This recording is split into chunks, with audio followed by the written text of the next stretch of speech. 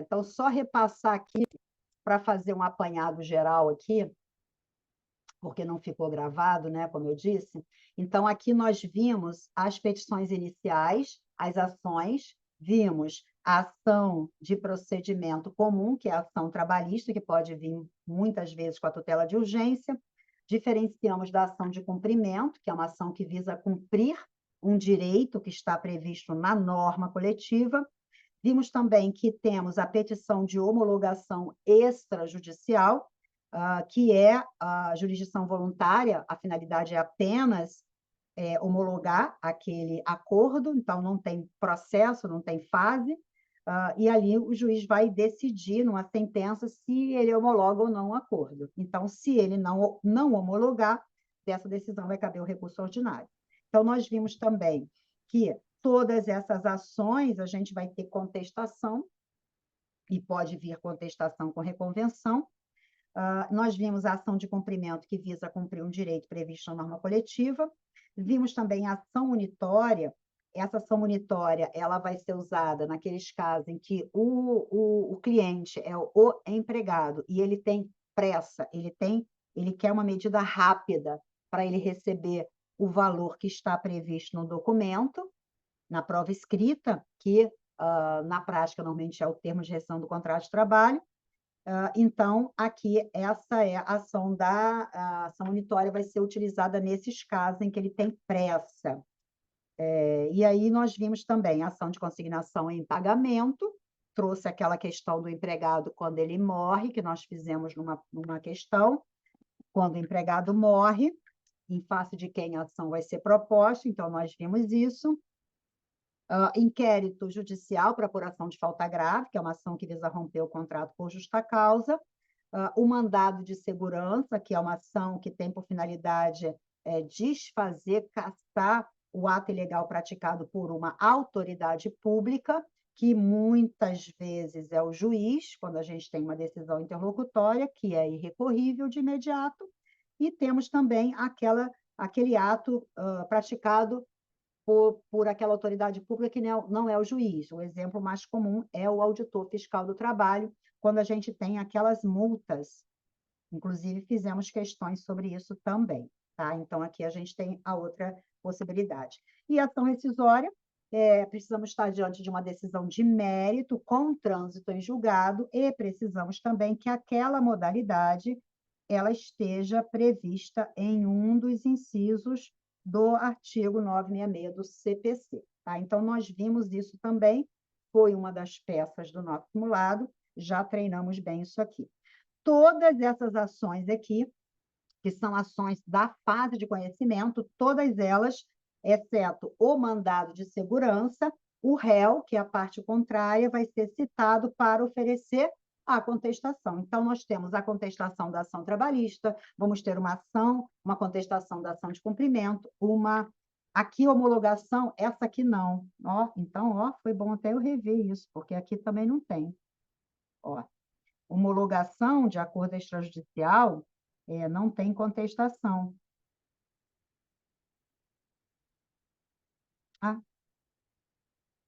E botar uma outra exceção aqui. Então, são duas exceções aqui, tá? A homologação de acordo extrajudicial, nós também não temos. Então, a homologação de acordo extrajudicial. Salvo engano, eu acho que essa sigla é uma sigla também nacional, que é a homologação de transação extrajudicial. Eu acho que a sigla dela é assim, tá? De transação, acordo a transação, tá? Bom, então essa também não tem contestação, então, exceto o MS e essa daqui, tá? Então, são as duas hipóteses. Bem, depois nós vimos as petições iniciais das ações coletivas, diferenciei aqui, ação civil pública, é uma ação que visa condenar o empregador que descumpriu um direito dos empregados, da coletividade, então é uma ação que visa condenar a empresa a pagar danos morais coletivos e danos patrimoniais, tá? Esse dinheiro vai para um fundo, não é para o empregado, é um dinheiro que vai para o fundo para ressarcir esse dano que o empregador causou à coletividade. Então, essa é a ação civil pública. A ação civil coletiva, ela já é uma ação que é proposta também pelo Sindicato ao Ministério Público, essa sim visa cobrar um direito para os trabalhadores. Aí eu dei o exemplo do direito de cobrar o adicional de insalubridade. Então, o adicional de insalubridade, eu peguei vários processos em que, na pandemia, os sindicatos ajuizaram as ações pleiteando a indenização o adicional de insalubridade para os empregados que trabalharam na pandemia. Então, os empregados enfermeiros e médicos que não receberam os respectivos adicionais de insalubridade na época ali em grau máximo. Aqui, então, ação civil coletiva diferencia da ação de cumprimento, porque a ação de cumprimento visa cumprir apenas um direito previsto na norma coletiva, a convenção, o acordo coletivo ou a sentença. Então, nessas ações aqui, o sindicato ele atua como substituto processual, o sindicato é o autor da ação, mas o direito não é do sindicato, o direito é dos empregados, que são os titulares do direito à parcela que está na norma coletiva. Esqueci de falar dessa, ó, faltou aqui, ó. Então, ó, aqui nós temos a ação anulatória, que é a ação que visa anular a cláusula de norma coletiva. Lembra? Aquele rol que está lá no 611-Bzão da CLT, que prevê todas aqueles direitos que caracterizam objeto ilícito, a sua redução ou a sua supressão, que caracteriza o objeto ilícito? Pois bem, então, para anular esta cláusula, a cláusula de quê? De convenção coletiva, ou a cláusula de acordo coletivo, então, para anular essa cláusula para toda a categoria, quem tem legitimidade é o Ministério Público do Trabalho. Agora, o que caiu numa questão recentemente? Nós tivemos uma questão em que a questão dizia que o empregado queria receber, salvo engano, era FGTS, e a cláusula dizia, não, o adicional noturno, e a cláusula da norma coletiva dizia que não era devido ao adicional noturno. Então, em face de quem o empregado deveria ajuizar a ação? Claro que em face do seu empregador, porque a obrigação de pagar ali é do empregador, mas também teria que incluir no polo passivo os sindicatos, porque é uma exigência do artigo 611, azão, parágrafo 5º da CLT. Esse artigo 611-Bzão, parágrafo 5º, ele prevê que tem que incluir os sindicatos que fizeram a convenção, então, o sindicato do empregado e o sindicato do empregador, tanto em ações individuais, quando o próprio empregado ajuiza a ação querendo receber aquele direito, que no caso era o adicional noturno, ele queria receber esse direito, mas ele não podia receber porque a convenção coletiva dizia que ele não tinha direito, a categoria não tinha direito ao adicional noturno. Então, para que esse empregado pudesse cobrar do seu empregador o seu direito, o que ele teria que fazer? Ele teria que requerer a nulidade dessa cláusula, tá? Por objeto ilícito. Essa cláusula ia fazer efeito para quem? Só para ele, né? Então, o parágrafo 5º desse 611-azão diz: os sindicatos subscritores de convenção coletiva ou de acordo coletivo deverão participar como litisconsorte necessário em ação individual. A ação individual é a reclamação trabalhista. Então, ele tem que estar no polo, porque eles que fizeram a cláusula, então eles é que têm o direito de defender a validade dela, digamos assim. Ou coletiva. A coletiva é a ação anulatória que o sindicato vai propor. E na prova, a banca dizia, se o empregado quiser ajuizar uma ação para anular a cláusula. ou seja, uma ação anulatória, né? Então, ele vai promover essa ação anulatória, incluindo no polo passivo os sindicatos, se for convenção coletiva. Só o sindicato do empregado, se for acordo coletivo, porque Prof, é uma exigência da lei. Beleza? prof, esse acordo extrajudicial, de homologação de acordo extrajudicial, ele, ele o juiz não concordando, aí cabe RO, né? Eu já tentei alguma coisa em exercício, mas eu estou assim meio em Não, dúvida. cabe, porque é Cabe uma RO, né? sentença. Se o juiz não homologa, nós temos uma sentença, e aí da sentença cabe o recurso ordinário, O tá? Se Santinário. for a homologação, tá bom? Ok. Muito bem, então foi bom voltar aqui para a gente poder analisar essa outra parte que ficou faltando, que era uma parte bem importante, porque essa questão aí eu recebi um monte de gente dizendo que tinha que anular a questão, que tinha que anular, que tinha que anular, mas, na verdade, ali não via nenhuma ilegalidade ali por parte da banca, porque ela só está cumprindo o que está no artigo, né? Então, ali a gente percebe que tem a ação individual, em que ele vai incluir aqui os sindicatos para anular a cláusula. Então, só quando ele quer o quê, gente? Anular a cláusula, sindicatos,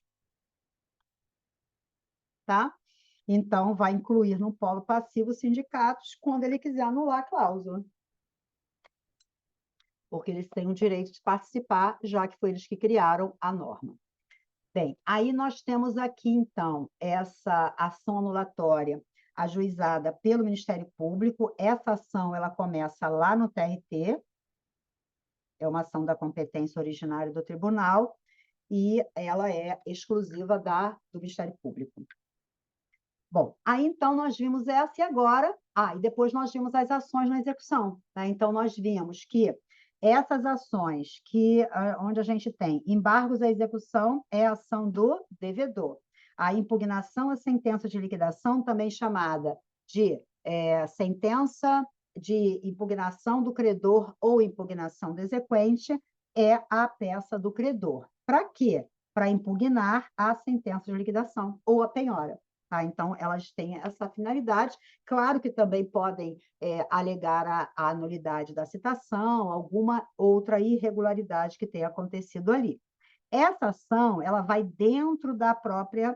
Essas ações são ações incidentais, elas são inseridas dentro desse mesmo processo. Tá? Então, elas vão dentro do processo, apesar de ter natureza de ação. Requisitos delas: garantia total da execução e tempestividade. Só começa a contar o prazo de 5 dias quando o juízo estiver totalmente garantido. Então, o valor da execução tem que estar totalmente garantido, ou pela penhora de bens, ou pelo depósito em dinheiro, ou pelo seguro garantia judicial.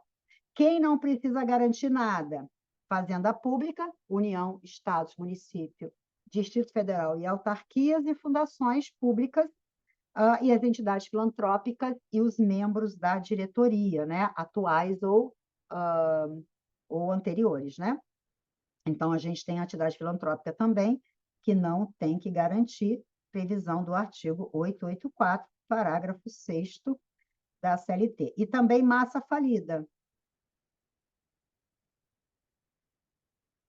Também não tem que fazer a garantia, tá? Massa falida. Muito bem. Aqui nós temos ainda a ação de embargo de terceiro. Essa daqui vai ser distribuída por dependência, então ela não vai dentro do processo, ela é uma ação independente, e a finalidade é liberar o bem da penhora, como a gente já viu.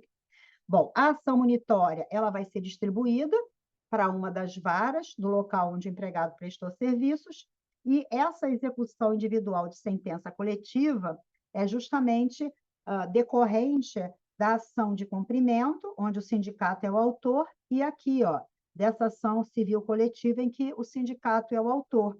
Então, por exemplo, eu citei, inclusive, que recentemente peguei um processo em que tinha 3.000 substituídos. Então, o que acontece aqui? Dá para executar 3.000 fazer o cálculo para 3.000 substituídos aqui nessa ação, nesse processo.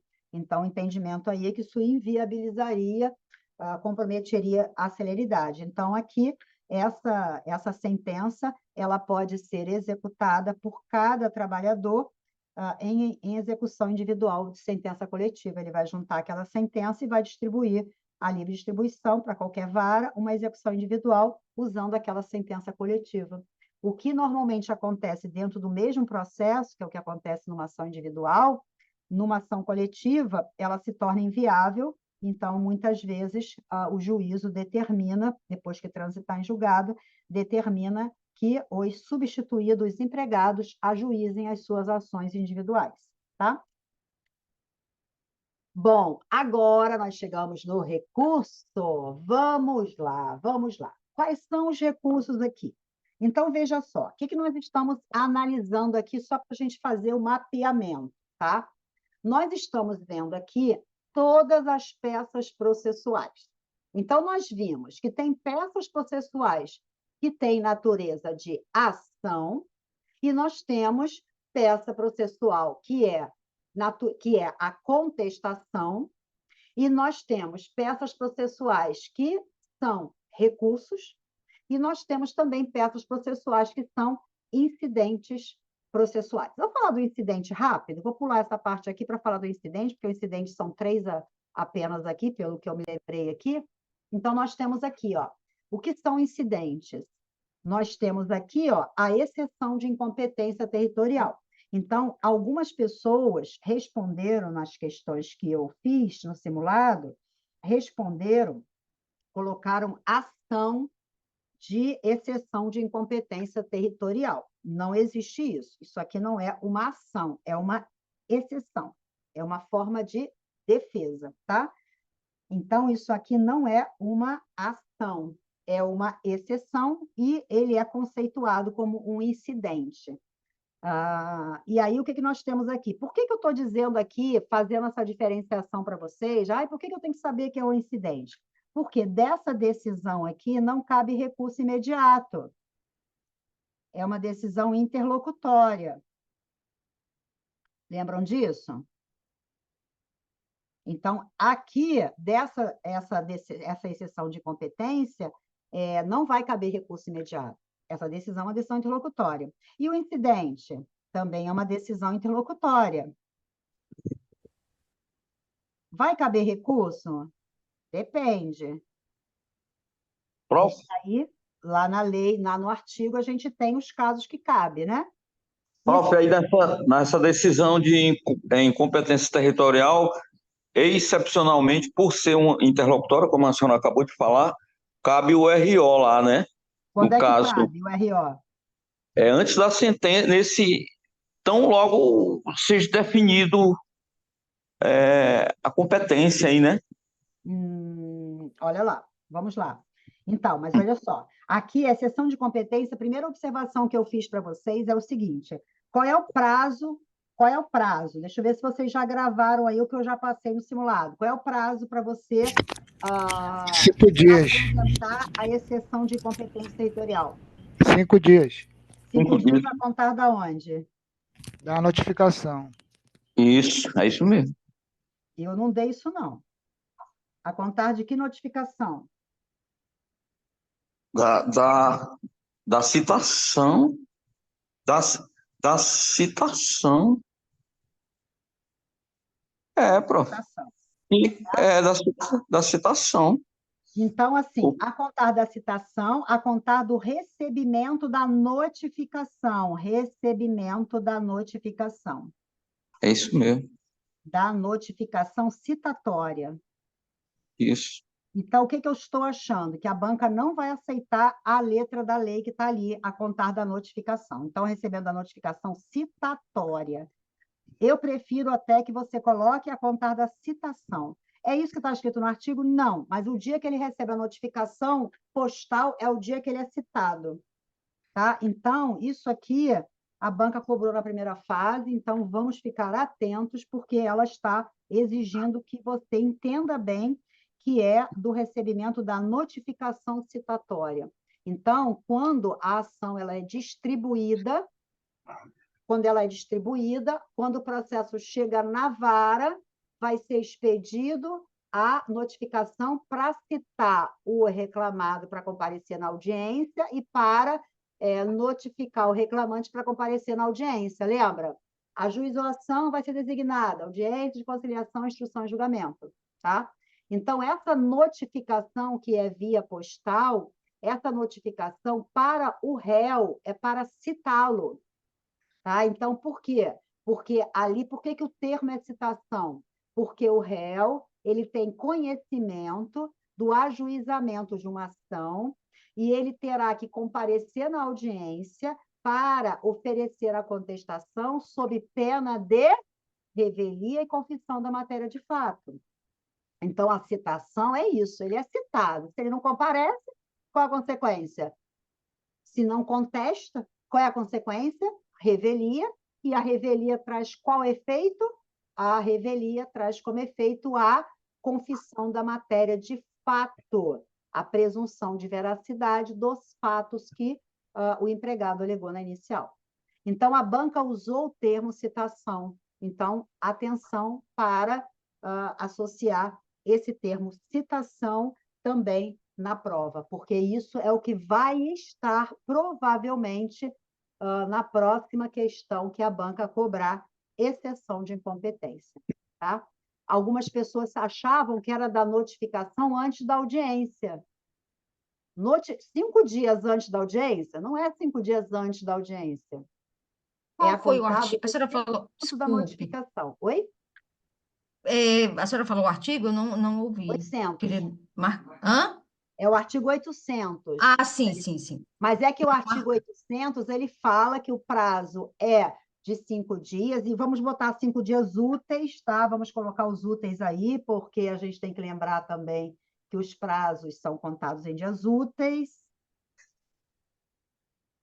Tá? Então, o artigo fala de notificação, no prazo de 5 dias a contar da notificação. Só que provavelmente a banca não vai mais aceitar assim. Você tem que dizer que o prazo é de 5 dias úteis a contar da notificação, que está escrito aqui. A contar da notificação, não. A contar do recebimento da notificação citatória, ou a contar da citação. Percebe, gente? Então, eu tenho quase certeza que isso vai vir. Lembra que eu vejo os sinais, né? Ô, professora, então nesse caso não é, então não é a partir, no dia que no dia que é citado, né? Não. Não é no... Então, assim, ó, ele tem, a partir do recebimento da notificação citatória, a partir da citação, ele tem 5 dias. Então, se ele recebeu a notificação citatória, por exemplo, hoje, sexta-feira, vai começar a contar quando? Segunda. A segunda, porque conta dias úteis. Então, aí ele tem segunda, terça, quarta, quinta, final do prazo, sexta-feira. Último dia, para ele entrar apresentar essa exceção de incompetência territorial, sexta-feira. Se ele ingressar na outra segunda, já está intempestivo. Perfeito. É isso que a banca está exigindo, tá? Porque aqui colocar o que está escrito no artigo, o artigo não está claro. O artigo não demonstra isso. Diz que é prazo de 5 dias a contar da notificação. Então, não tá deixa claro. dúvida, né? Deixa uma dúvida, né? Exatamente. Então, se você responder como está aqui, que aqui não está claro, a banca vai entender que você não explicou, que você não sabe. E aí você vai ficar assim, na cama. Como que a banca está fazendo isso? Mas é porque o artigo não está claro. Então, você tem que explicar para que você possa demonstrar se está ou não. Se está dentro do prazo ou não. Prof, interessante aí também é que o ônus da prova de que recebeu a citação pelo correio no prazo de 48 horas é do destinatário. Se por acaso, né, ele alegar que não recebeu, o ônus da prova já passa para ele, não para o reclamante. Não, o ônus da prova é do destinatário, Destinatário, exatamente. isso. Exatamente. Por quê? Como é que o destinatário vai provar? Aí provar com a própria citação, né, pô? Não? Postal? Postal, né? Carta de. É nos Correios que tem registro, né? Quem vai É na o vara e correio que vê a manda. carta de. É. Exato. Aí Aí é. deve estar pensado lá no processo que ele foi citado. Aí tem como provar, né? Não vai para o processo. Não vai, não, professor? Não. Eu imaginava que ficasse pensado no processo, porque como é que ele vai provar, então? Ele vai ter que ir nos Ele vai Correios lá para na pegar? vara e pede a cópia. Ah, na Aí ele vara, no pede para caso. juntar. Ah, entendi. Não é automático, tá? Ah, tá Assim, certo. processo eletrônico, a informação acaba ficando no PJE, tá? Processo eletrônico tem essa vantagem, a informação fica lá. Mas a cópia, com a assinatura de quem recebeu, isso normalmente não vai para o processo, tá? Mas o prazo ele tem 48 horas da expedição. Mas veja, ele vai receber. Então, assim, eu até expliquei aí o que o Paulo colocou, mas olha só, esse aqui vai contar do recebimento da notificação, o dia que ele recebeu, tá? Porque essa hipótese que eu estava citando é a data que a secretaria expediu a notificação para citar. Então, a presunção é que quando a secretaria posta a notificação, ela vai chegar ao destinatário 48 horas depois, ou seja, 2 dias depois.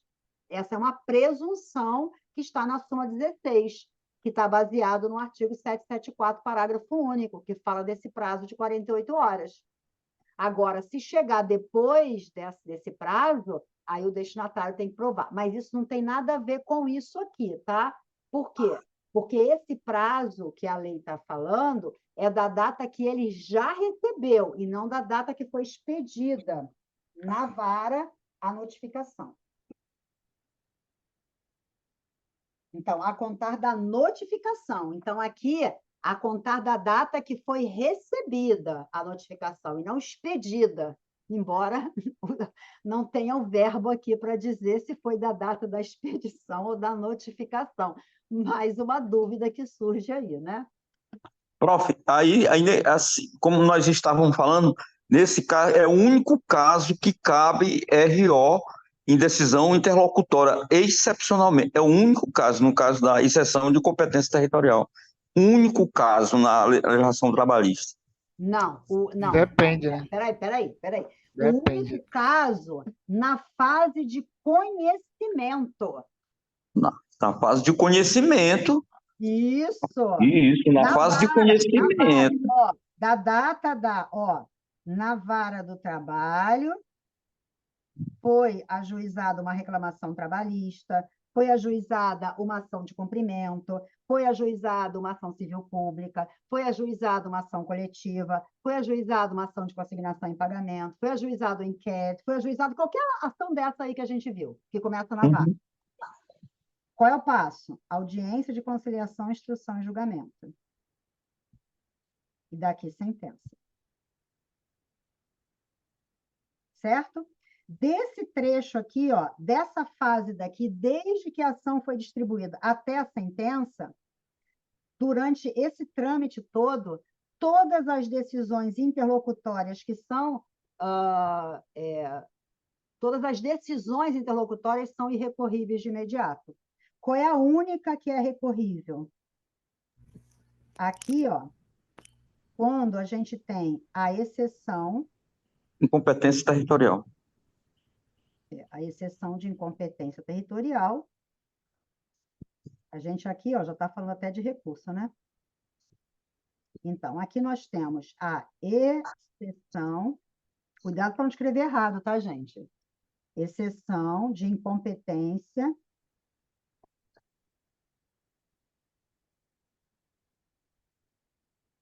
territorial.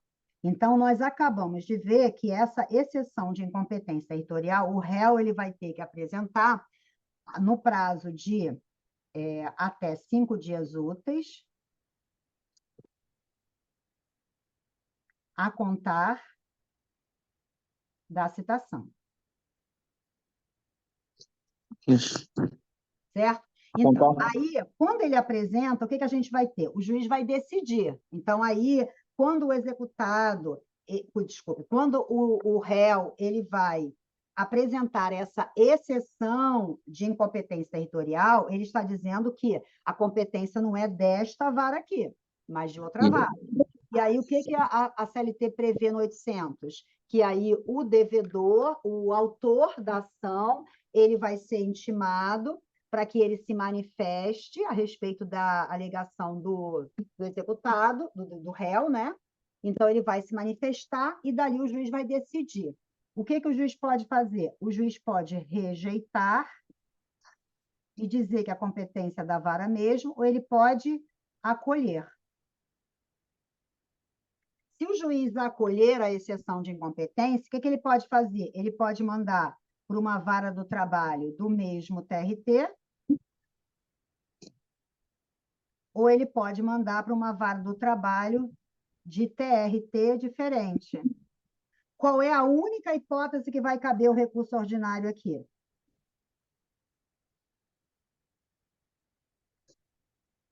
Se o juiz rejeitar, todas essas decisões são interlocutórias. Se o juiz rejeitar, É por quê? diferente.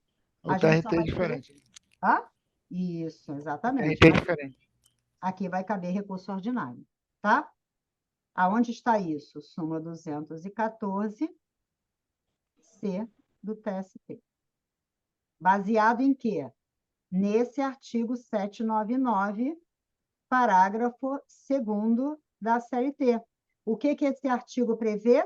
Que das decisões sobre exceção de incompetência, ou exceção de suspeição de incompetência, salvo quanto a de incompetência, são irrecorríveis de imediato, salvo quando for terminativa do feito.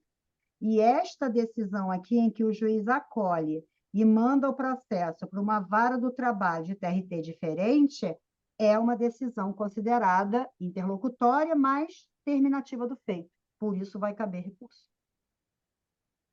Tá? Terminativa do feito para aquela vara, né? Para a vara do juiz. É isso? É terminativa do feito para a vara do juiz. Que... Não, para a vara não. Para o TRT. Para o TRT, né? Aquele TRT ia julgar aquele recurso quando a gente chegasse aqui na sentença. Ah, tá. Porque mudou o TRT. Então, ela é terminativa do feito perante a jurisdição do TRT. Aquele TRT faz o competente para julgar. Aí é uma questão que a vincula, está relacionado com a competência hierárquica. Aquele tribunal tem a competência para julgar aquele recurso. Beleza, pronto. Beleza, gente? E aqui a mesma coisa, olha, nós temos aqui, ó, aqui nós temos a única exceção nessa fase inteira. Então, quando aqui o juiz determina que a parte adiante os honorários periciais sob pena de perda da prova ou de execução do valor devido, como aconteceu no MS, essa decisão interlocutória não cabe recurso. Quando não cabe recurso, qual é a medida processual cabível? MS. Né? Aí a gente tem também aqui a outra hipótese, em que nós tivemos um incidente de desconsideração da personalidade jurídica.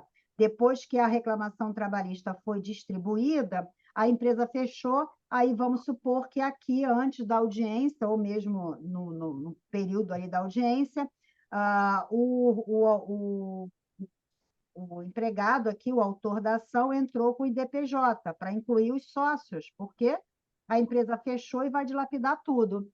Aí o juiz acolhe e inclui o sócio, ou rejeita e inclui o sócio. Essa decisão é o quê? Decisão interlocutória. Vai caber recurso?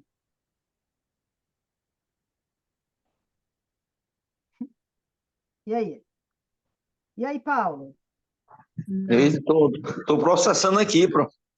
Você mesmo já Não falou cabe que era a recurso, única não. hipótese? Era aquela? Se é a Não cabe única, recurso. se é a única, não cabe, né?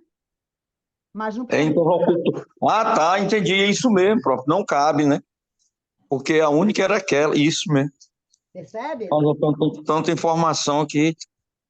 Percebe? Então, mas olha só, essa, e não precisa decorar, tá, gente? Não precisa. Então, isso aqui é só você consultar. Isso aqui está lá no 855, no 855. O melhor da segunda fase é isso, professor. Você pode consultar. Só que tem que ter paciência, muita paciência, né? É a questão de você treinar, né? Quando você treina já fazendo a consulta, fica tudo mais tranquilo, né? Então, ó, Uhum. aqui, ó, a previsão é do 855, parágrafo 1º, e aqui é o inciso 1, que diz que não cabe recurso. Por quê? Porque as decisões interlocutórias não são recorríveis de imediato. 831, é isso mesmo, 831, né? Não, CLT. 855, azão. E o Parágrafo. 831 também não fala, não, porque não cabe. Não, é Não cabe, 899. não. É, Não, 899. 831. não, peraí, que agora já deu até um branco. 893. 893. Parágrafo 1º. Tá? Então, são irrecorríveis de imediato. E aqui, gente, e dessa decisão de outro incidente? Então, aqui, ó, nós temos esse incidente, que é a exceção de incompetência territorial. Então, aqui, essa observação importantíssima para vocês não confundirem, tá? Recebendo a notificação citatória aqui. Aqui nós vamos ter o cabimento de recurso ordinário, só nessa hipótese aqui. Incidente de desconsideração da personalidade jurídica. Se for nesta fase aqui, ó, nesta fase aqui, irrecorrível, também não cabe, vai ter que esperar a sentença para recorrer disso aqui. E se nós tivermos aqui também, né? E aqui, essa decisão interlocutória, se for na execução, vai caber o agravo de petição. Se for no TRT, vai caber o agravo interno, tá? E a exceção de pré-executividade? E a exceção de pré-executividade? Dessa decisão, vai caber recurso? O que é a exceção de pré-executividade? É para relatar algum incidente que tenha acontecido no processo e não tenha sido visto, né? Alguma coisa. É para o devedor, essa exceção de pré-executividade é para o devedor poder se manifestar na execução sem garantir a execução. Mas o NPJ, o incidente de desconsideração da personalidade jurídica também não precisa garantir execução também não, né, prof? Não, não precisa. Mas o incidente é uma ação, desculpe, o incidente é proposto, apresentado pelo credor. E a exceção de pré-executividade é uma peça do devedor. Entendo. Ah, tá. E na execução, o devedor, para poder falar, tem que garantir. Só que essa é uma exceção, ele pode falar sem garantir. Dá um exemplo, professora, por favor, dessa exceção de pré-executividade do devedor? Sim, tá? Então, vamos pegar o exemplo que a banca dá sempre, né? Deixa eu ver se vocês colocaram aqui, eu acabei não vendo, gente. TRT, fase de conhecimento e DPJ não cabe recurso, mas na execução maravilha, exceção de pré-executividade tem recurso na execução, que é o agravo de petição, tá? Exceção de pré-executividade, né? Então, vamos lá. Na exceção de pré-executividade, então, para que serve isso? Nós vamos estar diante desse incidente quando o devedor ele tiver uma alegação, uma nulidade, e ele, então, não precisaria garantir a execução para requerer essa nulidade ou alguma matéria de ordem pública, tá? Então, ele pode fazer isso sem ter que garantir, até para alegar a prescrição intercorrente. Ele pode fazer isso através de uma exceção de pré-executividade, alegar que há uma prescrição intercorrente, por exemplo, tá? Mas o caso que a banca dá é o seguinte, vou dar o mesmo exemplo.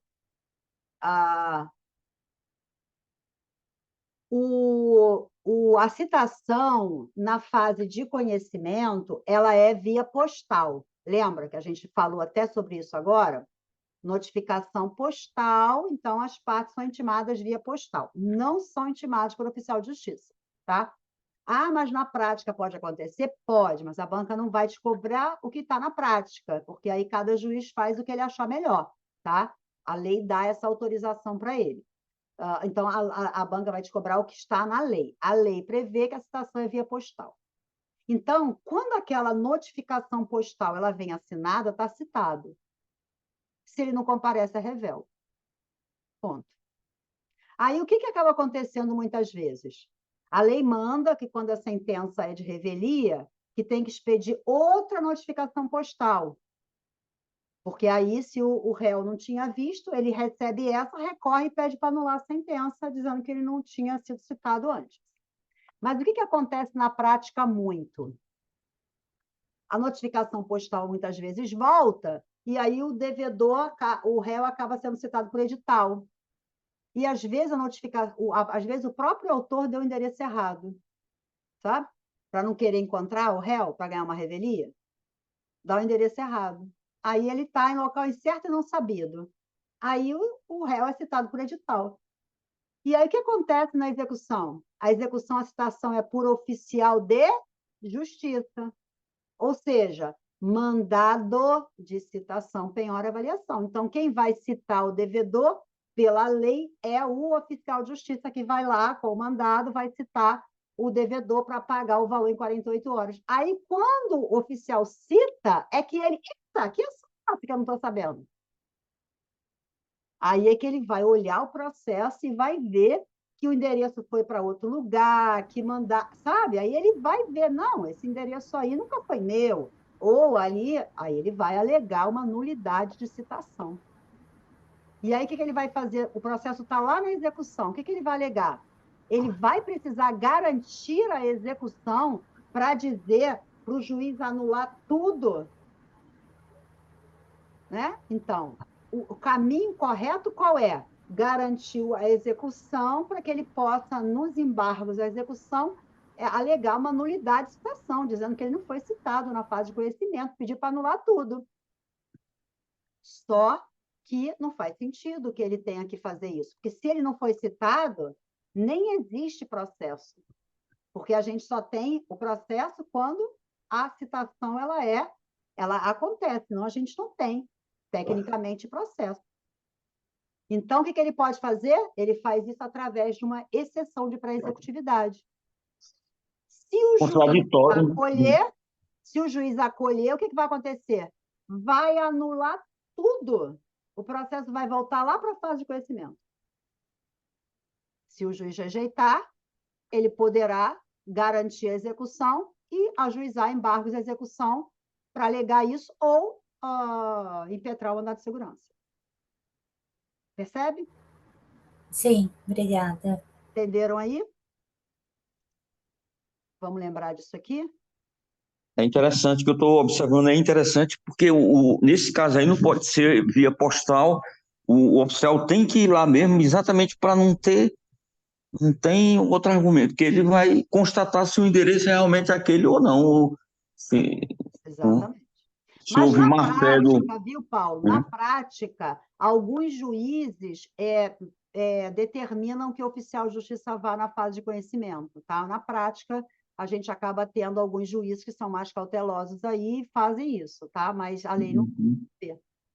Na banca Beleza. não vai te cobrar o que a lei prevê. Agora eu quero saber de vocês o seguinte: daqui cabe recurso? Dessa exceção de pré-executividade. Quando que vai se caber recurso? Quando a decisão interlocutória for terminativa do feito. Ambas decisões são interlocutórias, né? Porque as decisões que acontecem ao longo do processo são decisões interlocutórias.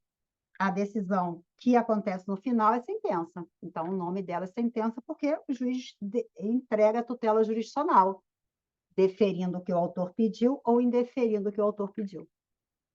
E aí? Cabe recurso aqui? Cabe RO? Opa, RO não. A gente está na execução, né? Aí eu não. Gestão de pré-executividade. É porque aqui ele está na execução, né? É o exemplo que eu dei. Isso acontece mais na execução mesmo, né? Então, aqui, cabe agravo de petição? Cabe agravo de petição?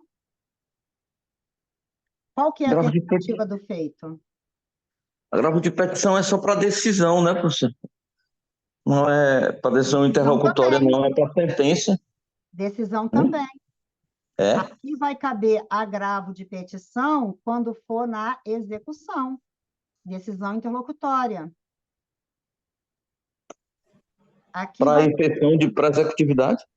aqui também vai caber agravo de petição, sim. Ixi, não sabia. Nem Agora, tinha visto. essa aqui não cabe.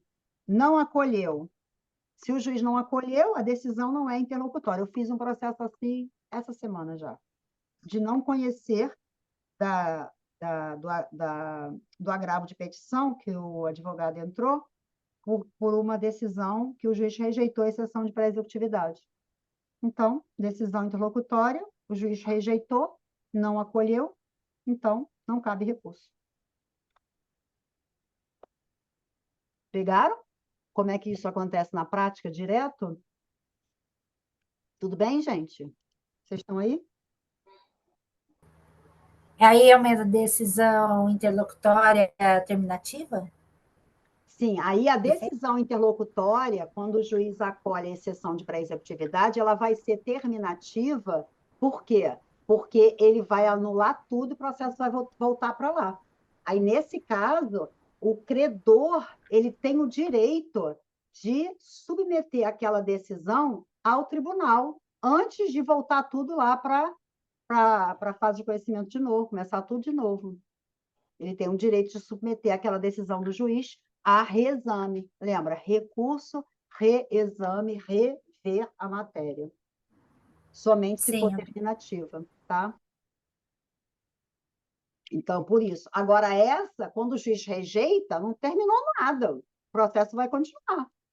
Então, quando o processo vai continuar, ele que entre com o mandado de segurança, quando existir uma violação a direito líquido e certo, se tiver a prova pré-constituída ali da ilegalidade, ou então ele garante a execução e faz isso através do embargos à execução. Aí ele ajuiza uma ação e não um incidente. Muito bem, essa nossa aula hoje ela está bem interessante. Vamos então aqui para os nossos recursos. Gente, a prática acabou não acontecendo, né? Oh, meu Deus, queria fazer tanto exercício com vocês. Mas vamos ver aqui. Vamos lá. Ó, os recursos que nós temos, né? Então, a parte de recurso, as musiquinhas, elas já ajudam bastante, né, gente? Vocês já sabem todas as musiquinhas? Todo mundo sabe, né? Sim. Sim. Vamos lá, né? Então, vamos lá, todas as musiquinhas, né? Quando eu dava aula presencial, a gente tinha, no encerramento da aula, todo mundo lá cantando musiquinha, gente, que eu tenho de vídeo dos alunos cantando as musiquinhas. Professora, você consegue... Me lembra a palavra que a senhora disse que a banca está usando, que não é negar segmento, é qual que é?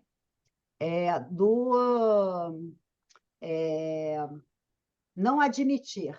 Não admitir. Tá bom. Isso, não admitir o recurso. Sim, meu marido e meu filho de 5 anos já sabem cantar também. Opa, beleza. Isso realmente é o que acaba acontecendo. Já canta todo mundo cantando as musiquinhas, né? Todo mundo cantando as musiquinhas. Maravilha. Vamos aumentar esse repertório aí, né? Ó, então, aqui então, ó, nós temos o seguinte, ó, para você saber se o recurso é ordinário, agravo de petição, né? É só ado a ado, cada um no seu quadrado. Se o juiz prolata uma sentença na fase de conhecimento, o recurso é o ordinário. Se o juiz prolata uma decisão na execução, o recurso é agravo de petição. Nunca vai ser cabível recurso ordinário na execução e nunca vai ser cabível agravo de petição na fase de conhecimento. Por quê? Ado a ado, cada um no seu quadrado. Ado a ado, cada um no seu quadrado. Então, é exatamente o quadrado. Essa aqui é a fase de conhecimento, essa aqui é a fase da execução, tá? Então, é preciso saber qual é a fase que o processo está. Então, essa daqui, beleza. A recurso de revista, aqui tem a outra musiquinha, né? Somente em acórdão de RIO e acórdão de IAP, cabe recurso de revista para o TST e só.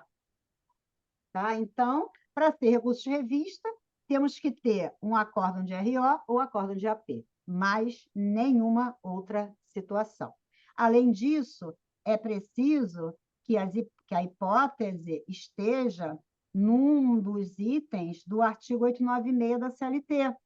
Por quê? O recurso de revista, ele é um recurso do tipo extraordinário, então ele vai ser cabível quando a gente estiver diante de uma decisão que viole a Constituição, que viole a lei federal, quando for uma ação trabalhista de rito ordinário, quando a decisão é contrária à súmula do TST, súmula vinculante do Supremo, OJ, tá? Professora, teria uma alternativa que eu possa usar se eu esquecer a estrutura das peças? Estrutura das peças. Ali, ó, na petição inicial, nós temos aquela estrutura básica, certo?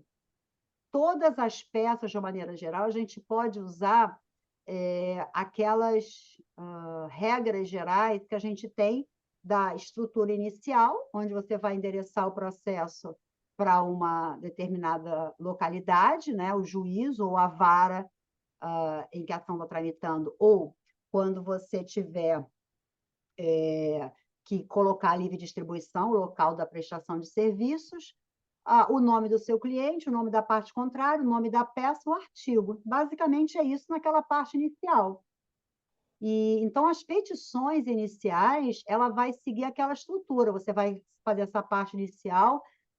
Na própria reclamação trabalhista, a gente vai ter requerimentos de gratuidade e justiça, quando você estiver diante de um empregado, que diga que está desempregado, ou que você perceba que ele não tem condições ali, você vai pedir a gratuidade, tutela de urgência, quando a gente tiver uma situação ali de urgência, também na questão, você vai requerer a tutela de urgência, tramitação preferencial na reclamação trabalhista, a banca nunca cobrou nenhum item desse tipo, mas se você tiver diante de alguma situação que caiba a tramitação preferencial, lá no índice você procura tramitação preferencial, você vai ver lá. O que a banca cobra é a prevenção, aí vale a pena dar uma verificada lá no que a gente tem ali de distribuição por dependência, pela prevenção, basicamente é isso, e o restante é só seguir ali as peculiaridades daquela ação.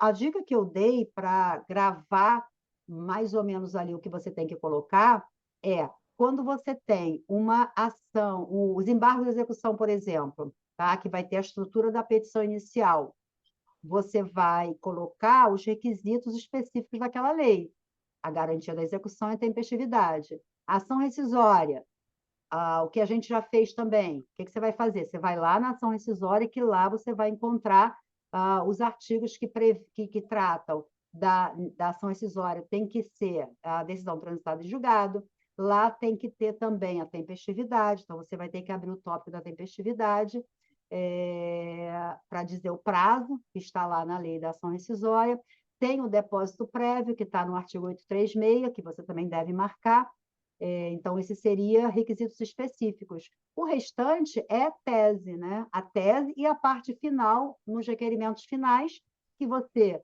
se estiver diante de ação, você vai requerer a citação, a procedência e o deferimento dos honorários advocatícios. Então, as petições iniciais, elas seguem mais ou menos a mesma estrutura. As teses é que vão serem diferentes. Se for uma ação de consignação em pagamento, lá nos artigos que fala da ação de consignação em pagamento, você tem os requisitos, você vai lá para buscar, assim como foi nos embargos à execução. Você vai lá e busca especificamente o que eu tenho que pedir aqui. Aí você já vai colocar lá. Então, isso é uma forma de você saber esses requisitos específicos. Se for recurso, aí a gente já tem outros requisitos, que aí a gente já vai ter também tempestividade, que aí é o prazo de 8 dias, você vai ter também que colocar a questão do preparo, que é uma questão que a banca costuma cobrar.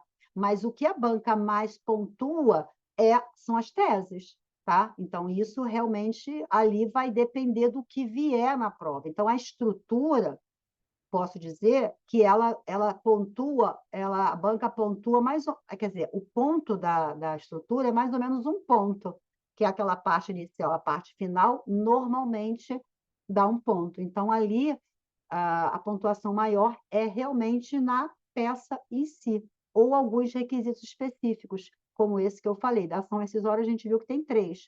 A coisa julgada, então você tem que citar qual é a sentença, qual é a decisão que transitou em julgado que você quer rescindir. Você tem que falar da tempestividade, que ela está sendo ajuizada no prazo de 2 anos, e você tem que falar do depósito prévio, tá? Então, são os 3 requisitos que já vai dar uma pontuação maior aí. O que diferencia aí é o mandado de segurança, porque o mandado de segurança aí ele é bem específico. Aí você tem lá que requerer a liminar, você tem que indicar a autoridade coatora, tem que indicar o terceiro interessado, tem que intimar o Ministério Público, tem a liminar, então tudo isso está na lei do mandado de segurança, aí você só marca isso na sua CLT, aqueles artigos que tratam desses requisitos, que aí o MS tem essa peculiaridade, tá? Então, é isso. Então, a gente vai ter ação e nós vamos ter o recurso. A contestação, ela já vai ter o aspecto bem peculiar dela. Ela vai seguir aquela mesma estrutura, mas o que a gente tem que lembrar? De preliminares, temos que lembrar da prescrição, de arguir a prescrição, de analisar a prescrição. Então, a contestação ela já vai ter essa peculiaridade maior. Então, é basicamente isso que eu posso dizer, tá? Em termos de estrutura, tá? A estrutura, ela pontua, a pontuação da estrutura é menor quando a gente tem a parte inicial, a parte final, ela leva mais ou menos um ponto, mas você já sabe estrategicamente o que você tem que colocar em cada uma delas.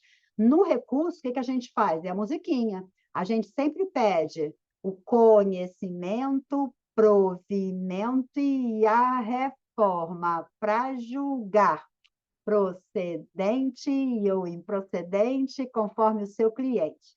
E se tiver que anular, vai ter que voltar para o juiz julgar. Se tiver que anular, vai ter que voltar para o juiz julgar. Então, aí já tem esses termos que você tem que colocar no seu recurso. Todos eles vai ter basicamente esses mesmos requerimentos. Eu acho que eu falei tudo, né? Tá? Então, é isso. Então, eu acho que, assim, não se preocupem tanto com essa parte de estrutura no que diz respeito a essa formalidade que eu falei, da parte inicial à parte final, elas vão seguir mais ou menos a mesma coisa. Então, de todas as peças. Petição inicial, você tem que requerer citação, você tem que requerer a citação, você tem que requerer a procedência do pedido, pedir honorários, produção de provas, valor da causa. Então, você só vai colocar valor da causa quando você pedir alguma coisa. Na contestação, você vai ter que colocar preliminares que você tenha alegado para você poder renovar, prescrição que você tenha requerido para poder renovar, e aí você já vai requerer a improcedência, também requerendo honorários advocatícios. Nos recursos, é a musiquinha, nos requerimentos finais. Tá? E aí, nas ações que têm os requisitos específicos, para cada ação você identificar na própria lei ou no próprio artigo do CPC, que é o que a gente tem as peculiaridades, você identificar os requisitos específicos ali. Tá bom? Esclareceu aí, gente?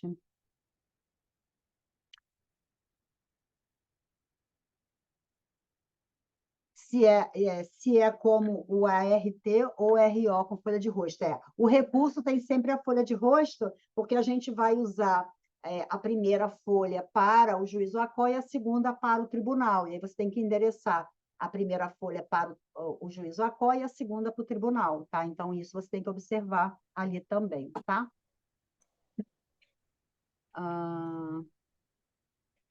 Muito bem, né? Então, eu acho que é isso, né? Foi aí, né? Qual o momento que o sindicato tem que participar como litisconsorte? Seria só quando tem violação? Quando ele vai constar na petição inicial, quando você quiser declarar a nulidade de alguma cláusula do acordo coletivo ou da convenção coletiva. Aí você vai ter que inserir o sindicato no polo passivo. Então, a hora que a ajuização vai incluir os sindicatos, tá? O sindicato do empregado e do empregador, se for uma convenção coletiva. Beleza? Maravilha. Deixa eu ver aqui.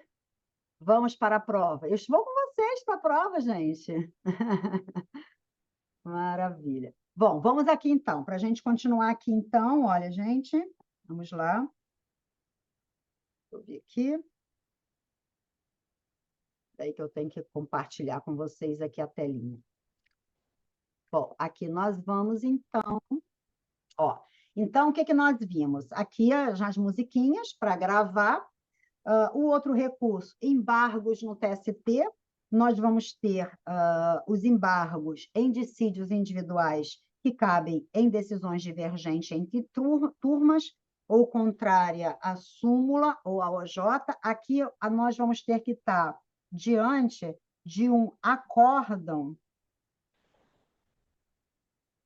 no TST, tá? Que pode ser de um recurso de revista, por exemplo, né? Então, aqui a gente tem que estar diante de um acordo do TST. O que que nós temos aqui? Ó? O recurso adesivo, tá? Que nós temos visto bastante, e eu vou finalizar com essa questão aqui peculiar, né? Que é o recurso ordinário adesivo, o agravo de petição adesivo, o recurso de revista adesivo ou embargos adesivo. Esse daqui, tá? Então, temos essas hipóteses de recurso adesivo.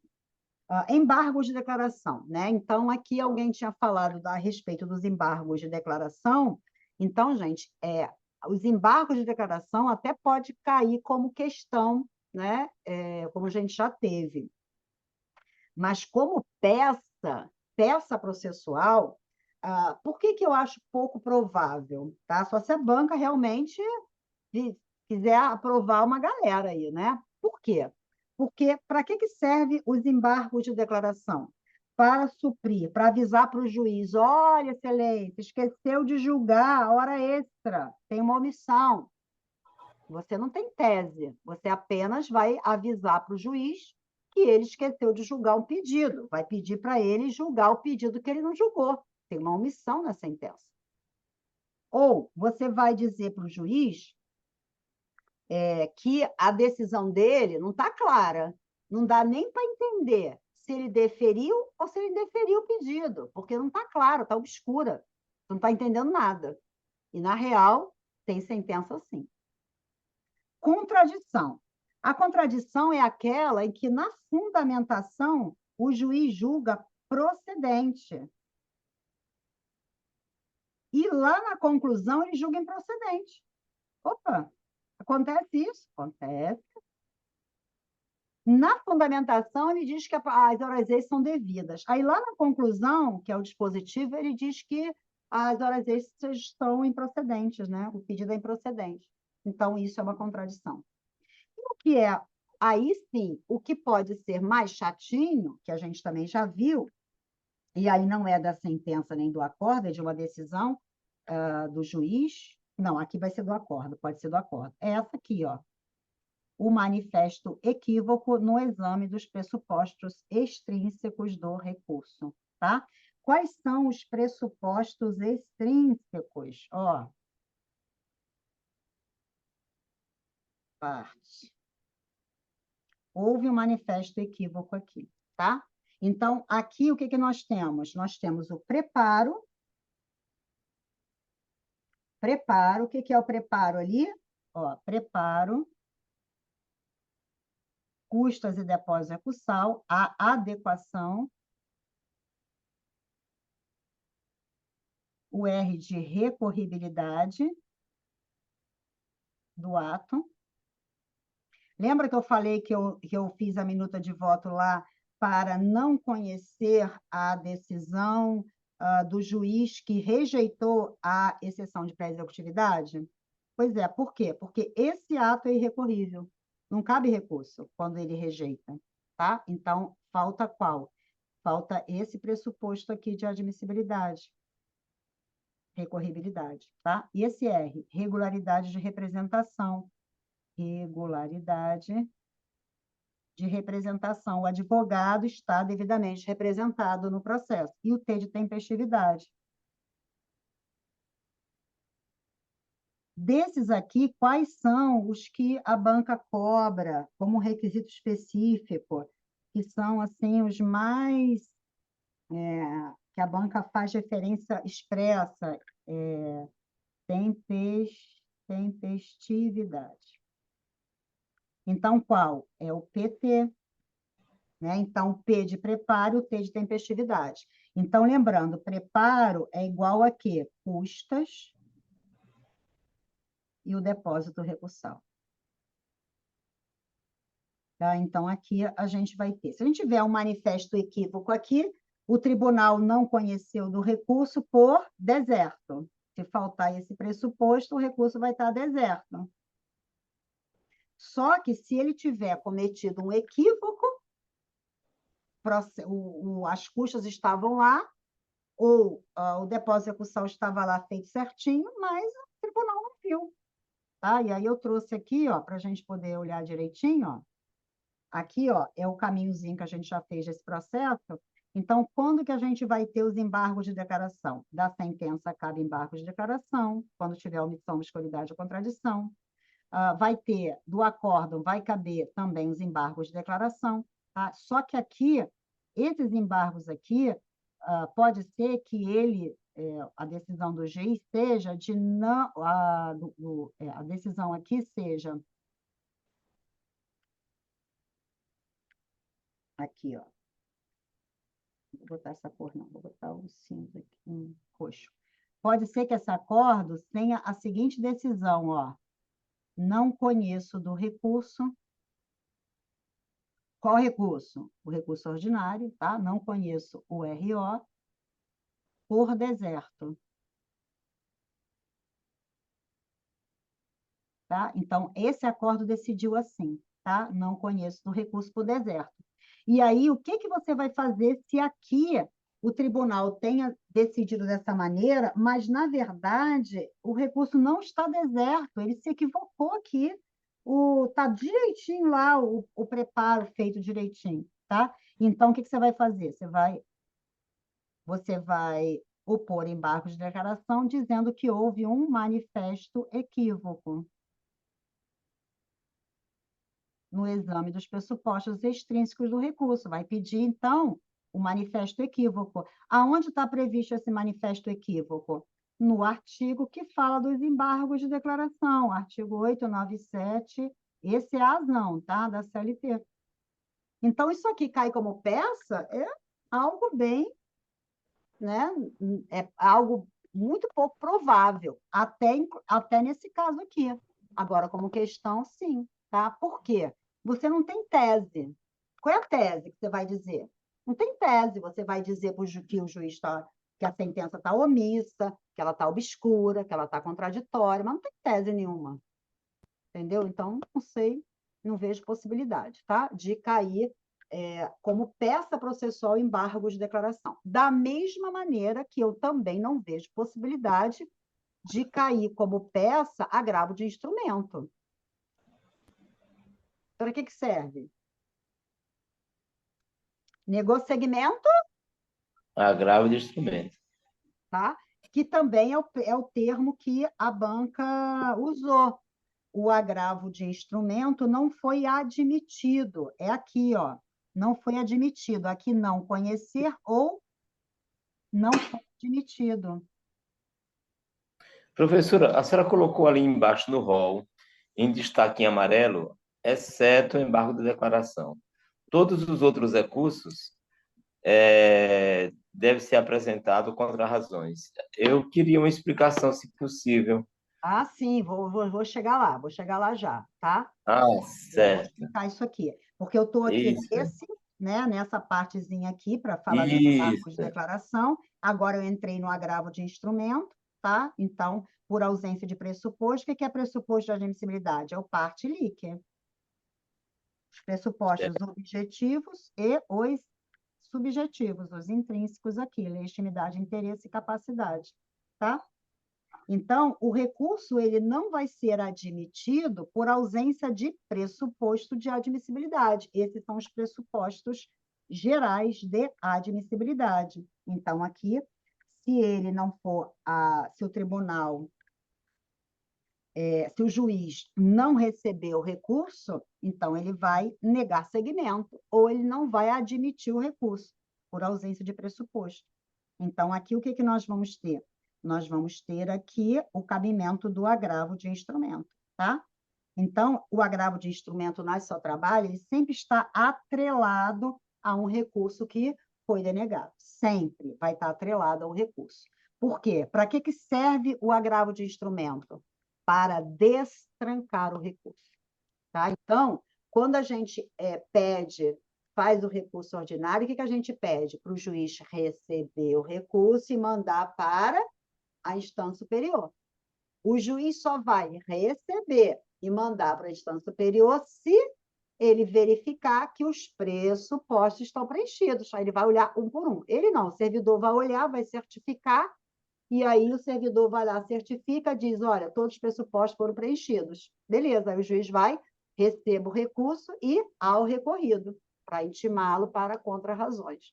Agora, se nesse exame de admissibilidade for constatado que o recorrente deixou de observar, de atender algum pressuposto de admissibilidade, o juiz, ao invés de receber, intimar o recorrido e depois do prazo, de transcorrer esse prazo, mandar para o tribunal, o que o juiz vai fazer? Não vou mandar para o tribunal, nego o segmento. Por ausência de, aí ele vai ter que dizer qual é o pressuposto de admissibilidade que está ausente. Qual? Qual é? É o preparo? É a tempestividade? Qual é o pressuposto? Ele vai ter que dizer, tá? Então, veja, por que eu acho, então, pouco provável que nós tenhamos um agravo de instrumento? Porque você só vai fazer, no agravo de instrumento, só vai dizer para o juiz, só vai requerer para o tribunal, na verdade, né? Você vai fazer a primeira folha para o juiz acor e depois a segunda folha para o tribunal, igualzinho os recursos que a gente tem feito. E ali você só vai pedir, explicar para o tribunal o seguinte, olha, vamos supor que o juiz tenha negado o segmento por deserto. Aí o texto vai ficar assim, lembra como é que é o texto de recurso? Merece reforma a decisão do juiz que negou o segmento ao recurso por deserto, pois o recurso não está deserto porque foram recolhidas as custas que está nas folhas tais, ou o depósito recursal não tem que ser recolhido porque a entidade filantrópica não tem que recolher, conforme artigo 899 e tal, parágrafo 9º ou 10º lá da CLT, não, você já acabou. Não tem tese, não tem muito o que dizer. Mesmo que o juiz negasse segmento ao recurso por todos os pressupostos de admissibilidade. Olha, nego o segmento porque o recurso está deserto, nego porque está intempestivo, nego porque o advogado tem procuração no processo, não aceita o mandato tácito, nego por isso, nego por aquilo, nego. Então, mesmo assim, não vejo essa questão, tá? Baseado na minha experiência, quais aspectos que devemos revisar mais um pouquinho? Assim, iremos direto ao ponto. Então, essas que eu estou trazendo aqui, né, de peças para cair como peça processual mesmo, né? A gente tem as tradicionais, que são as ações, né? Então, as peças tradicionais, a ação trabalhista, a ação de consignação em pagamento. Vale a pena também essas peças tradicionais, né? Então, ó, a reclamação trabalhista, ação de consignação em pagamento, mandado de segurança, ação rescisória, Dessas, a única que não caiu ainda foi a ação rescisória, por isso que eu coloquei ela no nosso simulado para trabalhar ela também. A contestação, então, contestação, essa com reconvenção, essa contestação que eu falei para vocês, porque pode ser que a banca traga algo assim, né? Então, é essa peculiaridade que eu falei para vocês naquela peça que a gente trabalhou. E o que que nós temos? Dessa daqui, não vejo nenhuma possibilidade aqui como peça. Nós temos aqui, lembrando sempre na execução, a banca tem feito uma pegada bem grande na execução, podemos também dar uma verificada nos embargos de execução, também, né? Impugnação à sentença de liquidação já vai ser do credor, acho que segue a mesma linha ali. E outro embargo de terceiro já é uma probabilidade menor, já acho que cair de novo, assim, eu acho que já é mais desafiador. E o que eu vejo com grande possibilidade também, além dessas que eu falei, as peças tradicionais que tem que saber mesmo, as contrarrazões e o adesivo. Tá? O RO adesivo e as contrarrazões, que é o que eu vou explicar agora aqui para vocês. Então, acho que essas aí têm uma grande probabilidade, junto com o recurso de revista também, que não caiu. Então, de peças que não caíram, a gente tem o quê? Recurso de revista e ação rescisória. Tá? A gente treinou ação rescisória, então, se vier, vai vir, no meu ponto de vista, mais ou menos daquela forma como a gente trabalhou. Pode ser a contestação da reconvenção da ação de consignação em pagamento, então, vale a pena dar uma revisada. As tradicionais ali, e recurso de revista também, dentro do que a banca tem cobrado, de novidade, ela também poderia ser. Na prática, ela é uma peça muito difícil, mas na prova da OAB, ela vai ser uma peça mais fácil, tá? Mas eu ainda sempre aposto no adesivo. Eu sempre acho que a banca, a qualquer hora, vai cobrar o tal do adesivo, tá? Que não caiu até hoje. Tá? E ela é uma peça super cobrada no dia a dia. Muito, tá? Cai demais. Na vida prática, ela é muito comum. Bom, então nós vimos aqui o agravo de instrumento, tá? Que eu acho que é uma peça que não tem tese para ser basicamente desenvolvida ali, então não vejo que seria o perfil da banca cobrar. Agravo interno é uma decisão de relator, não está no edital, mas a gente tem o cabimento do agravo interno da exceção esse incidente aqui, ó. Então, esse incidente cai na prova. Então, quando o incidente ele é instaurado no tribunal, quem vai decidir é o relator, aí cabe o agravo interno. Então, é bom a gente lembrar sempre que decisão de relator cabe agravo interno.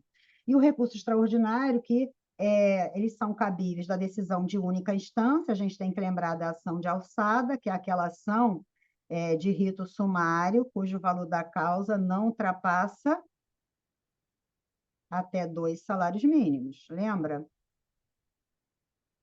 Tá? Então, aqui a gente tem essa peculiaridade aqui.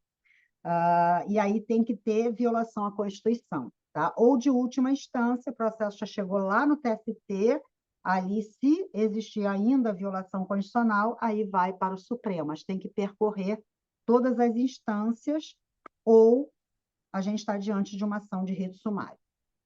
Beleza. Bom, até aqui tudo bem? Para eu fazer a distinção do recurso ordinário adesivo e contra-razões? Que aí para explicar isso aqui, tá? Deixa eu explicar isso aqui. Vocês vão vendo aí, ó. Todas as outras peças, ó, o recurso ordinário é a peça do recorrente. Então, quando o juiz receber o recurso ordinário, o que vai acontecer? Ele vai intimar o recorrido para quê? Para contra-razões. Então, aqui, nós vamos ter o recurso ordinário interposto pelo autor e o seu cliente é o réu. Então, contra-razões é a peça para manter a sentença, tá? Então, ali, contra-razões. O agravo de petição. O agravo de petição é um recurso para reverter. Se você é o cliente, seu cliente é a outra parte, você vai apresentar contrarrazões. Porque a contrarrazões, gente, é como se fosse uma contestação, tá? Em qual sentido? A contestação, ela cabe de todas as ações. É a peça do réu. E as contrarrazões é a peça do recorrido. Cabe de todos os recursos. Exceto embargos de declaração, por quê? Porque os embargos de declaração não visam reformar nada. Não tem a finalidade de revisar a decisão, de reformar, de reexaminar. Embargo de declaração é apenas para suprir omissão, obscuridade, a contradição. Só terá o efeito modificativo. Aí, se tiver efeito modificativo, aí sim, a outra parte é intimada. Tá? Então, nos embargos de declaração, a gente não tem propriamente as contrarrazões. Tá? Por quê? Porque ele não visa rever decisão. Tá? Agora, se os embargos, então eu vou colocar só uma observação aqui. Se os embargos tiverem efeito modificativo, então, deixa eu botar de uma outra cor para chamar mais atenção. Então, aqui, ó, efeito modificativo tem que intimar a parte contrária, modificativo. Por exemplo, se ali, quando eu dei esse exemplo aqui, ó, dos embargos de declaração aqui, se realmente ocorreu um manifesto equívoco, se o tribunal aqui, ó, não conheceu do recurso por deserto, ele não conheceu, não admitiu o recurso, se realmente houve um equívoco, vai mudar essa decisão. Então, aqui nessa decisão em que o tribunal não conheceu do recurso ordinário, ele vai passar a conhecer. Então, neste caso, como vai mudar a decisão, então aí tem que intimar a parte contrária. Intimar a parte contrária. Tá? Então, aí tenho a intimação. Se não for esse o caso, que as pessoas nem chamam isso de contrarrazões, tá? Mas existe a necessidade da intimação, tá? Intimação da parte contrária. Ela tem que ser intimada, tá? Isso aí está no artigo também, é só para lembrar que tem efeito modificativo. Tudo bem até aqui, gente? Vocês estão cansados? Própria contrarrazões é para manter a sentença, né? Embora ela ataque o recurso ordinário. Ela não ataca Seria- o recurso ordinário. Ela não ataca, né? Não ataca. O que você vai ter que fazer nas contrarrazões, tá? Se você não quer que aquele recurso seja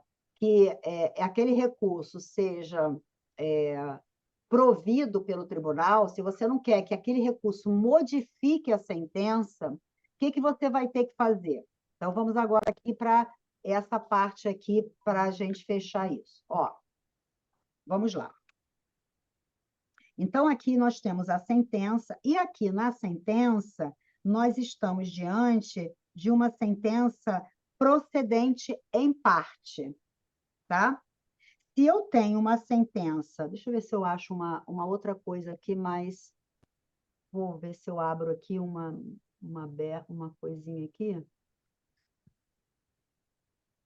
O que eu vou fazer aqui? Arrumar um espaço. Vou fazer uma tela, abrir uma tela aqui para eu poder fazer isso melhor para vocês. Espera aí. Aqui, ó, então eu vou fazer aqui um desenhozinho. Não deu certo, não é isso aqui. Aqui é para fazer uma branca. Pronto. Aí aqui eu já vou colocar para vocês o desenhozinho para facilitar mais aqui.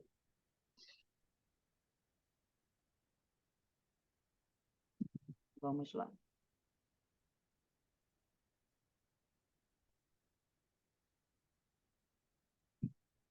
Não, pronto.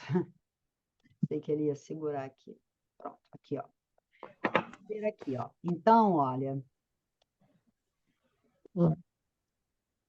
Então, nós temos aqui o seguinte. Se eu tenho...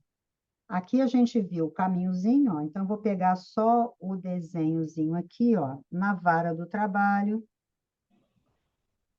Foi ajuizada uma reclamação trabalhista. Foi designada uma audiência de conciliação, instrução e julgamento. E a sentença.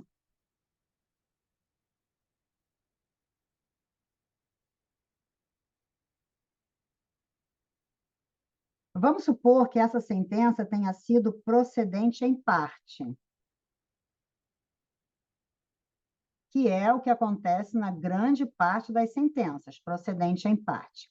Vamos supor que aqui, na inicial, o empregado tenha feito 2 pedidos, para ficar fácil aqui para a gente entender. Então, aqui ele fez um pedido. Pedidos. Primeiro pedido foi de adicional noturno. E o segundo pedido foi de diferenças salariais. Quando o juiz julgou, suponhamos que o juiz tenha decidido aqui o adicional noturno julgado procedente. E as diferenças salariais, o juiz julgou improcedente. Quando nós fizemos lá o nosso recurso, o que que nós vimos? Que nós tínhamos que identificar quem é que vai recorrer. Então, se o pedido que o empregado fez de adicional noturno, o juiz julgou procedente, quem é que pode recorrer? Quem foi prejudicado com essa decisão procedente? Hein? Empregador. Empregador. Empregador. Então, quem vai recorrer aqui, ó, RO de quem? Da ré, vou chamar de ré. Se for improcedente, quem é que vai recorrer? RO do autor, certo? Tudo bem aqui, né? Muito bem. Então, vamos lá. Aí, aqui, quando a sentença ela é prolatada, ambos tomam ciência ao mesmo tempo, certo? Ambos tomam ciência ao mesmo tempo. Então, ambos podem recorrer.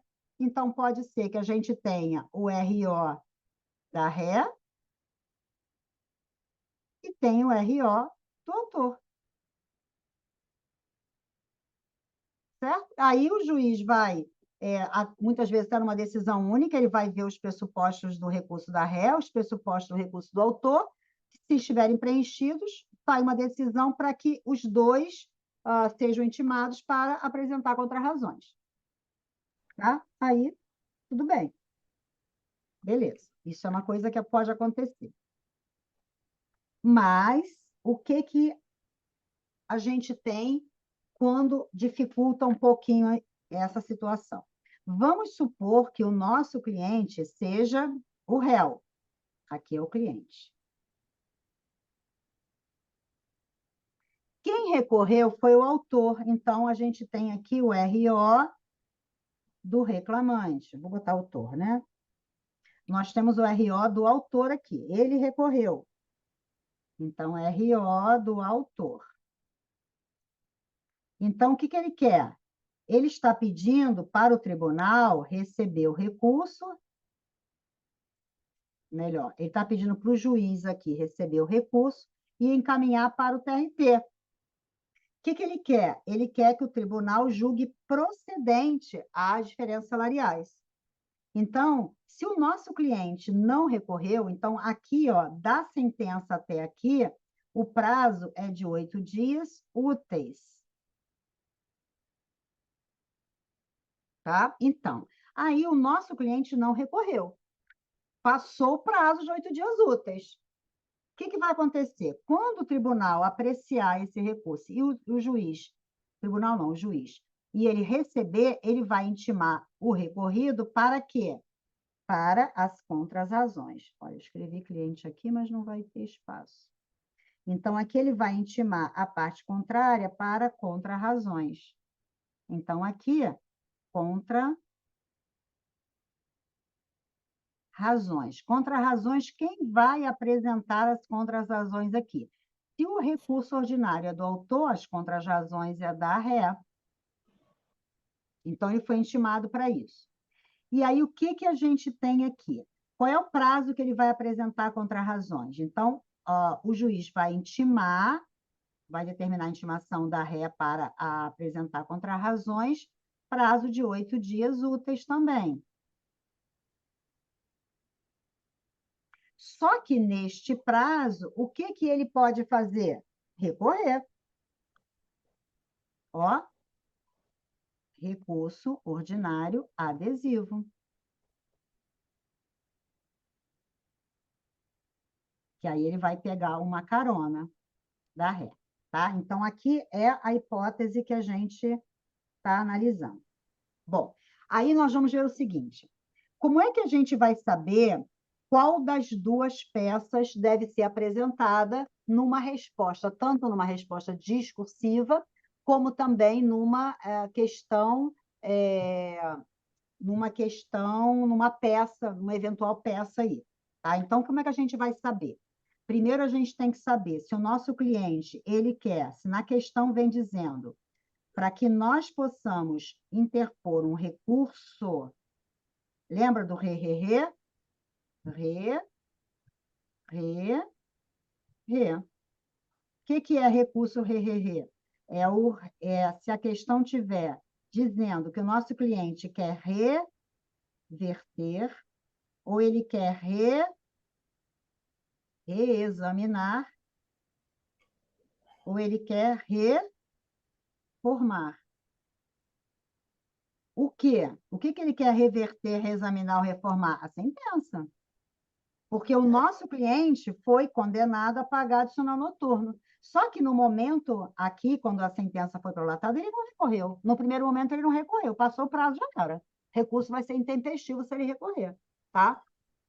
Então, aqui nós vamos ter o recurso é para reverter, reexaminar, reformar, tá?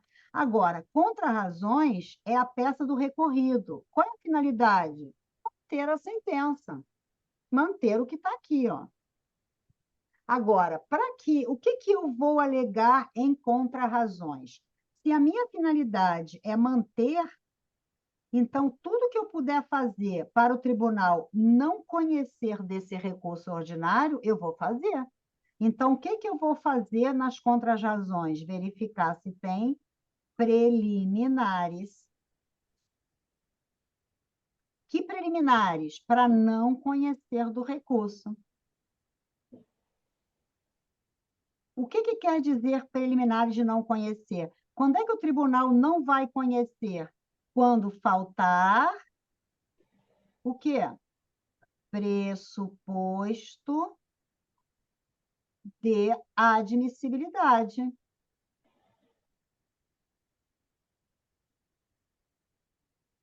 Quais são eles? Aquele, ó, do par plic.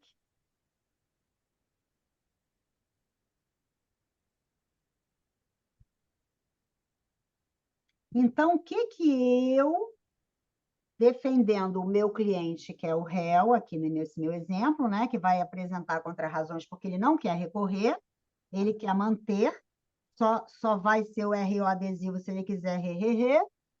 Então, ele quer manter. Então, se ele quer manter, eu vou ter que olhar se este recurso ordinário preencheu todos os pressupostos. A questão vai trazer as informações. Então, ele pode me dizer que esse recurso ordinário foi interposto no prazo de 15 dias, ele pode, úteis, né, que aí passou o prazo, ele pode dizer que o recurso ordinário do autor foi interposto após o prazo, então está intempestivo. Aí, o que eu vou fazer? Preliminares de não conhecer. Lembra que os mais cobrados são o PT? Então, é o preparo e a tempestividade. Tá? Eu posso, então, aqui verificar, de acordo com a questão que foi mencionada. Então, quando eu alego nas minhas contrarrazões que esse recurso ordinário não pode ser conhecido porque faltou algum pressuposto de admissibilidade, o que eu vou fazer? esse recurso não vai ser apreciado, porque quando ele chegar aqui em cima, o RO chegar aqui, o que o tribunal vai fazer? Vai ter que examinar essas preliminares aqui. E aí o tribunal, ao proferir o acórdão, pode acolher a preliminar que foi suscitada aqui, e a decisão vai ser não conhecer do recurso, não conheço do recurso ordinário. E aí, quando o tribunal não conhece, a sentença fica mantida. Porque não mudou, então a sentença é mantida. Beleza, gente? Ficou claro para vocês aqui? Ficou bom, professor. Né? Eu demorei um pouquinho aqui, mas para fazer de uma... Professora, só Diga. uma perguntinha. E Sim. se a sentença sendo mantida, aí caberia algum recurso se ele não conhece do recurso ordinário? Então, aí aqui tem... Vamos Eu lá. fiquei com essa dúvida. Tá, então, aí veja, se o tribunal, aqui, ó, se o nosso cliente não recorreu, porque aí eu vou tirar essa partezinha aqui onde tem o adesivo, tá? Então, eu vou aqui, ó, aqui eu botei o adesivo, mas vou tirar ele daqui, por enquanto, tá? Daqui a pouco eu boto ele de novo aqui. Então, Tá. aqui, nesse primeiro contexto, o que o cliente quer? O cliente quer manter, tá? Então, eu vi lá que ele não quer, ele quer manter a decisão, ele não quis recorrer e nem quer recorrer, tá? Então, manter a decisão. Então, se ele quer manter a decisão, o que vai acontecer? Se ele não recorreu, vai transitar em julgado essa decisão aqui de procedente, quando passar o prazo de 8 dias úteis. Porque se ele não Sim. recorreu, acabou, transitou em julgado. Então, aqui vai ocorrer o trânsito em julgado desse pedido. Aqui vai ter trânsito em julgado. Não recorreu? Agora, o pedido que foi improcedente não transitou em julgado ainda. Por quê? Porque o autor recorreu. Então, não transitou ainda. E aí o processo vai para o tribunal. E aí o tribunal não conhece desse recurso ordinário porque ele está intempestivo. Então, o que vai acontecer? Depois que decorrer o prazo de 8 dias, nenhum recurso sendo cabível aqui, então aí vai transitar em julgado.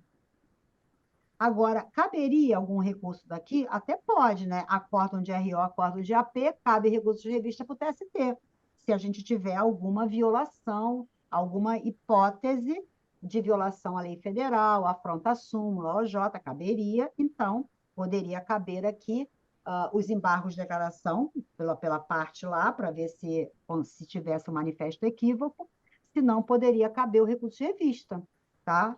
Então, aí, se ele não interpôs nenhum recurso, então, aqui, como a gente tem um acórdão de RO, se tiver uma violação à Constituição, afronta ao artigo, uma decisão contrária ao OJ, aí vai caber o recurso de revista aqui. Perfeito. Entendi. Aí seria o caminho. Agora, se não for possível o cabimento do recurso de revista, vai transitar em julgado, acabou. Aí o que vai acontecer? A sentença vai ter procedente o adicional noturno e improcedente as diferenças salariais. Tá? Então, as contrarrazões, ela tem por finalidade só manter a sentença, mas aí o que eu vou ter que fazer? Verificar se esse recurso preenche todos os pressupostos, porque se eu disser que não preenche algum pressuposto e o tribunal realmente acolher e não conhecer do recurso, vai garantir a manutenção da sentença. Agora, se o tribunal conhecer do recurso, pode ser que ele dê razão à outra parte. Então, eu tenho que arguir preliminar para não conhecer, para que esse recurso não seja apreciado pelo tribunal. Tudo bem aqui? Tudo bem, obrigada. Entendi. Bom, agora nós vamos fazer o seguinte: e quando o nosso cliente quer Vem lá, o cliente, no primeiro momento, não recorreu, mas agora ele mudou de ideia, ele quer recorrer. E agora? E agora é o RO adesivo. Como é que você vai fazer o RO adesivo? Então, o cliente é quem? É o réu. Eu posso fazer as duas peças? Não, você só vai poder fazer uma. Na prática, você vai fazer as duas, mas na prova da OAB, você vai ter que ver o que o seu cliente quer. Se o que o seu cliente quer manter a sentença ou se ele quer reformar. Re, re. Tá? Então, se ele quer recorrer, ele tem que ser através de recurso, tá? Então, recurso, tá? Então, aqui, como é que você faz o recurso adesivo? Igualzinho, a gente fez também um simulado de recurso adesivo, para a gente treinar também, né? Então, aqui, esse recurso adesivo vai ser igualzinho, só vai mudar, você vai botar adesivo. O que você tem que ter clareza é, a gente pode ter uma sentença e da sentença você interpor recurso ordinário, porque não teve nenhum recurso da outra parte, e aí jamais vai ser adesivo. Ou a gente pode ter, se a gente tiver, por exemplo, uma sentença, e a sentença for totalmente, improcedente, todos os pedidos improcedente.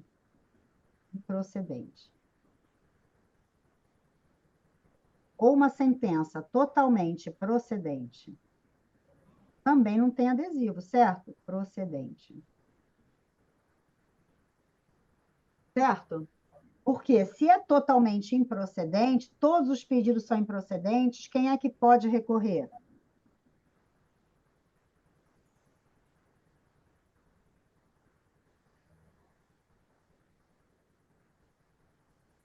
Se foi totalmente improcedente, quem pode recorrer?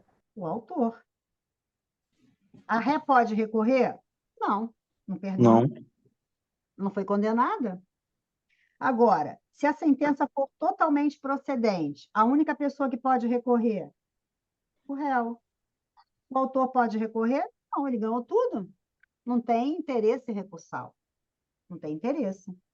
Eu só vou ter que me preocupar com RO adesivo se eu tiver uma sentença procedente em parte, porque aí ambas as partes podem recorrer. Se uma das partes, se não tiver nenhum recurso da outra parte, qual é a peça que eu vou interpor? Recurso ordinário. Agora, se a questão disser que a parte contrária recorreu, mas o nosso cliente não recorreu, mas ele quer recorrer, então a gente vai ali para o recurso ordinário adesivo. Se ele quer manter, a gente vai para contra-razões. E aí, gente? Beleza? Sim. Negou o segmento e negou o segmento, negou o segmento e negou o segmento. Denegou ou negou é a mesma coisa. Denegou o segmento, negou o segmento é a mesma coisa. O que é diferente é, outra coisa que é diferente. Uma coisa é... aqui são coisas diferentes, Se um acórdão, ele pode ter a seguinte decisão: negar provimento.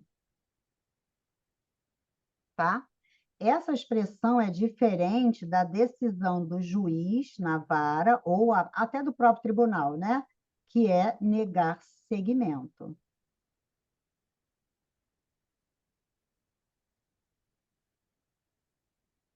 Tá? Então, isso aqui são coisas diferentes. Negar provimento, negar seguimento, totalmente diferente. Vamos entender por quê? Aqui, aonde temos aqui. Aqui, quando a gente está diante desse recurso ordinário aqui, a gente não pede para seguir para o tribunal, seguir, está subindo.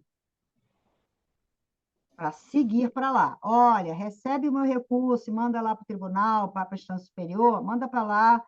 Aí o juiz só vai mandar se o recorrente preencher os pressupostos, senão ele vai negar segmento. Segmento para lá, para cima. Seguir, a seta seguindo. Ele vai negar, tá? Então, negar, se negou segmento, agravo de instrumento. Agora, quando nós estamos diante quando o processo já está aqui no tribunal, na segunda instância, quando o processo já está aqui no tribunal, ali não é segmento, é conhecimento, tá? Ou ele pode negar, ele pode não conhecer, ou ele pode negar provimento. Lembra que a musiquinha é? A gente sempre pede o conhecimento, provimento e a reforma. Então, primeiro, o que que nós temos numa decisão ali do tribunal? Primeira coisa, a gente pede para ele conhecer. Olha, conhece aí o meu recurso. Depois a gente pede para ele dar provimento. Olha, me dá razão aí, porque eu tenho razão. Depois a gente vai pedir para reformar. Também pode pedir para anular. Então, a gente pede para ele conhecer, e aí conhecimento quer dizer preenchidos os pressupostos de admissibilidade, então ele vai ser conhecido. E eu posso pedir para dar provimento. Para dar provimento é igual o que tem na sentença, julgar procedente. Tá? Eu posso dizer assim, né? Equivale a julgar procedente. Tá? É me dar razão, dar provimento. Então, percebe que negar provimento e negar segmento são coisas totalmente diferentes? O negar o provimento, a gente está aqui no acórdão do tribunal. O negar seguimento, a gente está na decisão do juiz aqui, na decisão do juiz que nega o seguimento a esse recurso da parte. Beleza? Acho que fechamos, né? Alguém ainda tem dúvida, gente? O provimento é a decisão, né? O provimento já vai ser a decisão do tribunal, né? O tribunal já vai decidir, olha, você tem razão ou não tem. Eu vou dar provimento, eu vou te dar razão ou eu não vou te dar razão. Tá? Agora, o segmento é apenas para eu deixar, ó, vou subir, né? Eu não vou deixar subir. Negou o segmento, não vou deixar o processo ir para o tribunal. Eu tranquei ele aqui, ó. Você está pedindo para eu receber e mandar, mas eu não vou receber nada. Eu vou trancar ele aqui, vai ficar preso aqui, por quê? Eu vou trancar esse recurso porque faltou um pressuposto de admissibilidade. Então, esse recurso não pode subir. Vai ter que ficar aqui. Então, para destrancar, a gente usa o agravo de instrumento. Tá? Então, estou usando os diversos termos aqui para que vocês tenham a clareza total. Que tal, gente? Tudo bem, pessoal? Tudo bem? Como é que foi aqui a nossa aula hoje?